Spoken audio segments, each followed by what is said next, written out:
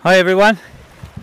I put a blog on this morning. This is the second blog of the day because something is cropped up again. Here you can see, look, this is the hot springs here. You show you this is my mountain to the left-hand side, right-hand side of my house, and the mountains go round and further.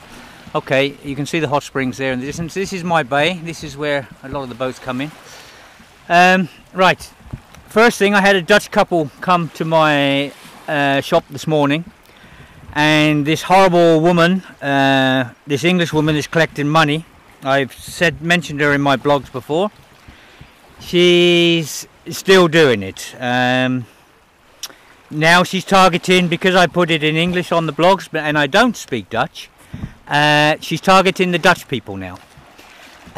So any Dutch person that's reading or watching the blogs, can you please warn other Dutch people that come to Molivos or Petra, because she's operating out of Petra as well now, I hear.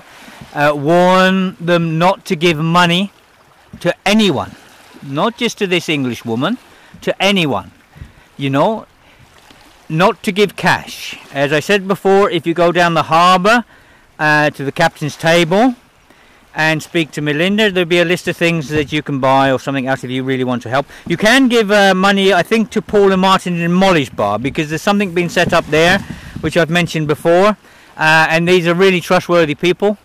So, but please do not give any woman cash. Don't give any man cash, you know. The things we do need, if you want to give Pampers or ladies' towels, water, things like this, you know, you can do that. You can give it to the taverna you're using and ask him to pass it on. I'm sure they will, or the hotel you're staying in. The other thing that was mentioned by Timothy, I think last night, was anyone travelling around the island, you know, put a packet of biscuits and some water in the car, and if they see any refugees, you know, just stop and pass it out. That's fantastic. You know, every little helps, and these people really need help, you know. But please do not give anyone cash, please. Okay, right, now this is a story I think must go out. This was told to me this morning. There was a person in the harbour having coffee, and right next to him was a family of Syrians, husband, wife, and 3 children they were sitting next to. And the person sitting there, I know the person that was sitting next to these Syrians, and they heard this, the husband speaking fluent Greek to the waiter. I've written this down so you can hear the paper, so sorry about this.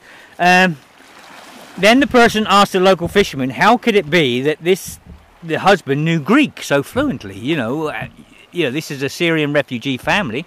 How did they know Greek so fluently? Now, I've come across this myself. You know, normally in the mornings when I'm waiting for the boats to come in to give them water and food, you know, normally the first people I speak to, they're speaking to me in Greek because they think I'm a Greek, and they're fluent with me in Greek.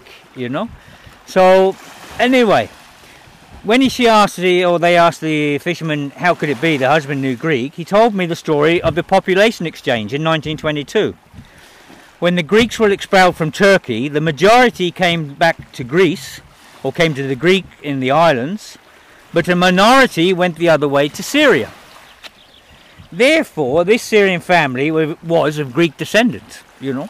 Probably his great-grandfather or mother was Greek.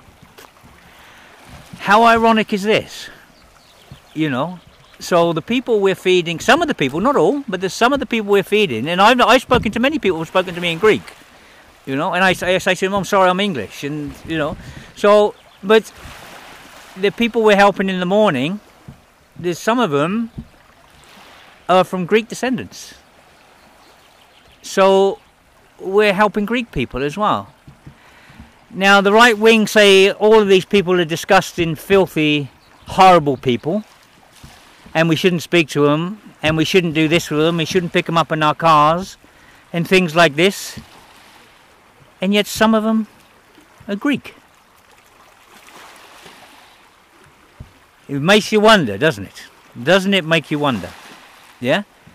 So when I get death threats from Greek people and they threaten my family and everything else because I'm helping these people, some of these very hungry people, there's a great possibility, have Greek descendants. They're from here. They're Greeks. That is something else. You know, I was glad to hear this story this morning, and I always wondered why people come and spoke to me in fluent Greek. I thought maybe they were traffickers and things like this, but no, they are Greeks. Yeah, and they're coming here expecting help from their fellow countrymen, and you have a certain people of their fellow countrymen saying what filthy people they are.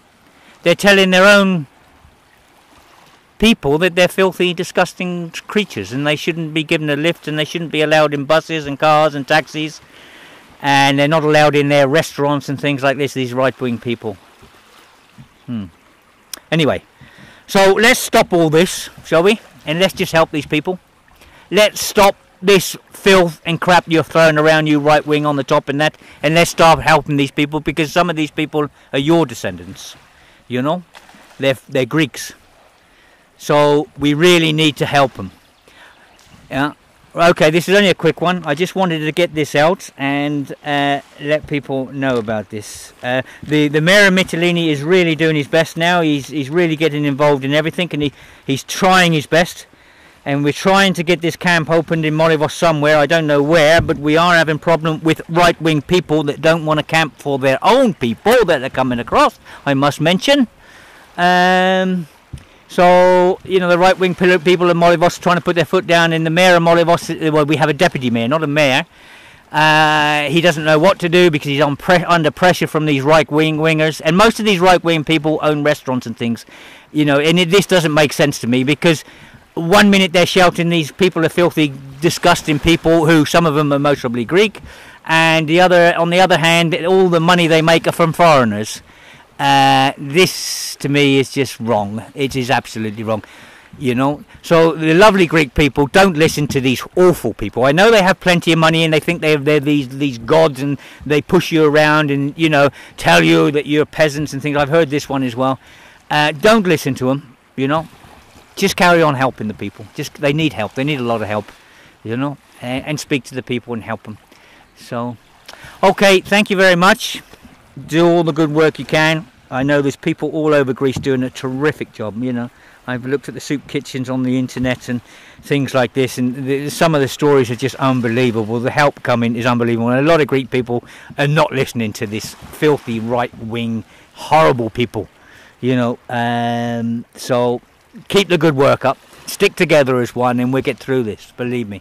We really will get through it, and tourism will rise big time because of the help you give. Okay, and we'll do as best we can for Greece. Yeah, and the politicians and that have to sort their problem out, and the bankers, the government's got to try to do that. And as people in Europe, if you're living in Europe, you know, say, you know, Greece needs a chance. Greece needs some time. Let's give them some time. They're doing such a good job over there, looking after the problems of the world. Yeah, let's give them a bit more time to pull themselves out of this. Okay, okay then, that's it. I can rattle on for ages. You know what I'm like. Okay, all the best. Bye. Thanks a lot, everyone.